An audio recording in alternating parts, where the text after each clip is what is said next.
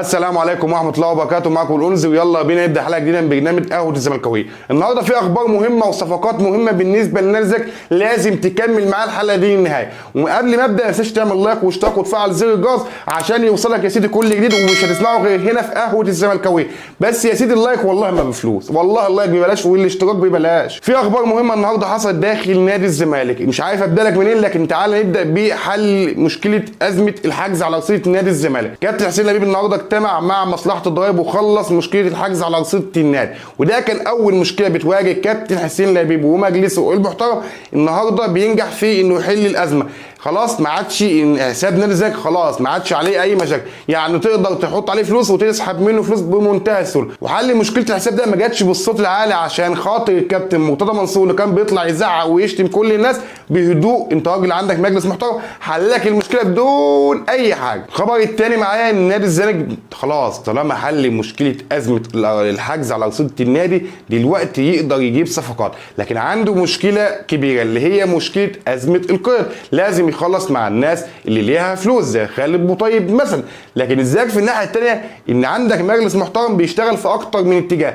اول اتجاه فيهم ان هم يخلصوا فلوس الناس اللعيبه اللي كان ليها فلوس زي ما قلت لك خالد بوطيب، وفي الناحيه الثانيه في ناس في مجلس الاداره بتفتح خطوط اتصال مع اكتر من لعيب. اولهم خش عليه يا سيدي النادي الزمالك فتح خطوط اتصال مع النجم المغربي وليد ازارو، الاسد الاطلسي اللي كان بيلعب في النادي الاهلي، المهاجم اللي كان بيضيع كتير وكان بيجيب اجوان كتير عكس مهاجمين ناس كتير كانت بتلعب في نادي الزمالك.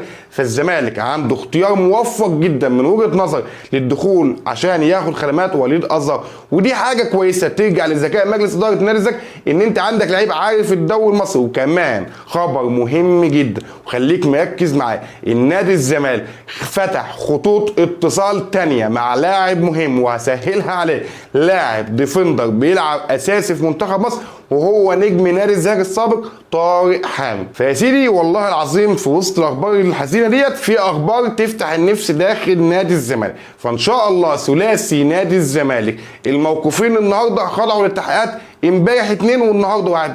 الواحد ده انا وانت عارفه اللي هو ابو الفتوح. ابو الفتوح ما اعرفش ايه اللي قلبه مره واحده على نادي الزمالك. وانا عندي خبر وكواليس مهمه جدا ان كولر رسميا وافق على انضمام احمد ابو الفتوح. هتقول لي في ايه؟ هقول لك يا سيدي ان في ناس عرضوا احمد ابو الفتوح على مارسيل كولر عشان خاطر يعوض غياب علي معلول بسبب الاصابه، او يكون بديل اساسي لعلي معلول، عشان علي معلول انت عارف انه كبر في السن وممكن ما يكونش الفتره الاخيره بيأدي بنفس المستوى، والاهلي واعلم من فتره طويله انه بيدور على بديل كويس لعلي معلول اللي هو مين؟ اللي هو احمد ابو الفتوح. وكمان تدخل لاعب النادي الاهلي والزمالك السابق امام عاشور اللي ما بتمرش فيه حاجه من نادي الزمالك، وداخل بيقنع احمد ابو الفتوح بالانتقال رسميا الى نادي الاهلي.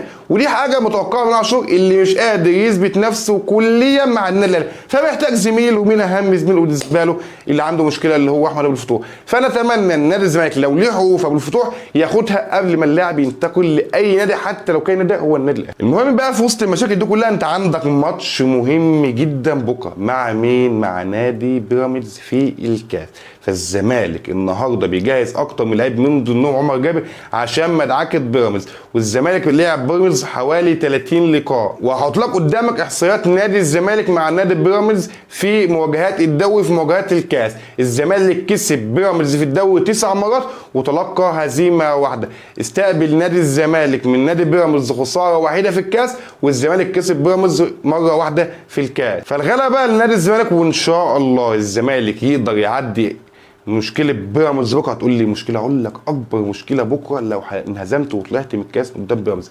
المشكله ان انا عارف ان احمد سيد زيزو وشيكابالا قائدين نادي الزمالك بيلعبوا لوحدهم في الملعب لان انت عندك اشباه لعيبه. فانا اتمنى ان شاء الله نصبر بس يا جماعه لحد يناير عشان نادي الزمالك يرجع احسن مما كان عليه. بالمناسبه برضه النادي الاهلي عنده لقاء مهم بكره قدام سيراميكا كليوباترا المنتشي. سيراميكا عامل ماتشات كويسه بقياده لاعب النادي الاهلي القندوسي. فمارسيل كولر عارف ان الزمالك بدا يقع، فمفيش مجال الفتره الحاليه انه يجرب لعيب، فرجع لاعبيه تاني اللي هم مروان عطيه ومحمد الشناوي وحسين الشحات، واعتقد في لاعب كمان لقائمه مباراه سيراميكا غدا.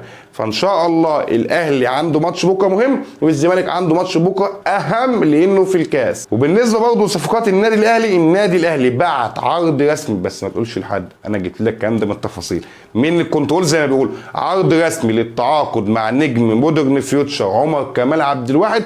الاهلي بيجس النبض، بل يعتبر بعت عرض رسمي عشان خاطر يتعاقد مع نجم فيوتشر ومنتخب مصر عمر كمال عبد الواحد اللي كان ماضي في نادي الزمالك. وقلت لك الله يحرق دي ايام بتاعت مرتضى منصور، كان اللاعب زمان ولاعيبا في نادي الزمالك. فالاهلي بيحاول يامن الجوانب بتاعته بعمر كمال وبابو الفتوح. فان شاء الله يكون في اخبار كويسه الفتره الجايه اقدر اوصلها لك. فان شاء الله كمان برضه مجلس اداره نادي الزمالك يشتغل كويس على الصفقات عشان خاطر يبقى في نديه في الصفقات بالنسبه للنادي الاهلي. دي كانت ملخص اخبار النهارده، ولو اول مره تشوفني وعجبتك الحلقه ما تنساش تعمل لايك واشتراك وتفعل زر الجرس عشان يوصلك كل جديد. كان معاكم الأونز على قهوه الزملكاويه. سلام.